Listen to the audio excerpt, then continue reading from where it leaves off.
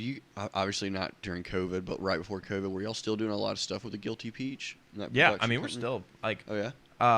Well, actually, okay, Guilty Peach. Well, we just did a music video for the Orange Constant that we can definitely link down below. Oh, Sick. cool. Yeah. And definitely. that was directed by Shane and filmed by me, and then also with some footage from Brandon Taylor. Yeah, so we just did a music video for Orange Constant. So we're and like I don't think that I've done a concert video with them since COVID hit, Mhm. but I think we're all still filming stuff in like studios.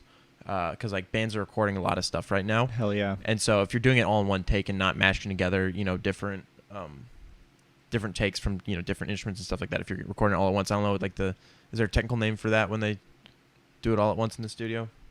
I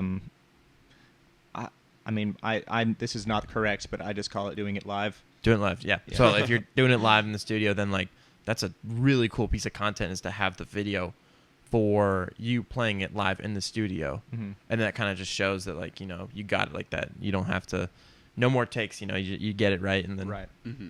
Dude, speaking of doing it live, like in COVID, like has live streaming been something like that you've had to dive into? Done a couple.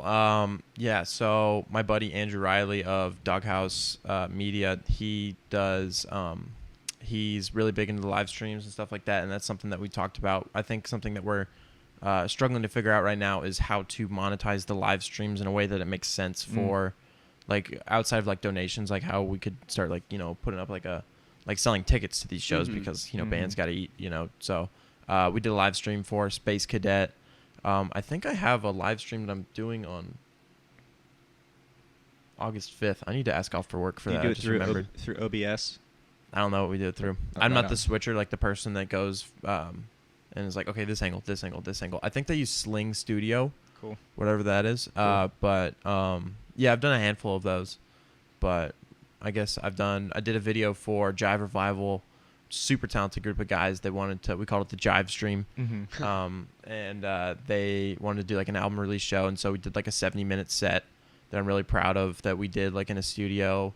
Like had some musicians come in and sit in and stuff like that, and so it really felt like a live stream. But the nice thing about doing it, not as a live stream, is that you can do it perfect. Like I'm able to like I spent, God, how many hours? At least like 20, 30, something like that. I'd have to look at my notes to figure out exactly. But like most of that's just spent like just staring at like, should I cut now? Should I cut now? No, okay, get there. Okay, do the fade. And like feel you. I like to do a nice fade when I'm doing a zoom out on one camera, and then like right as the zoom finishes, then like the fade will finish. And so doing really precise stuff like that's really nice. But there's definitely something that's really authentic about like a live stream, and they can kind of artists can go and look and be like, oh, so and so said something like nice to right, and so which you don't see a lot.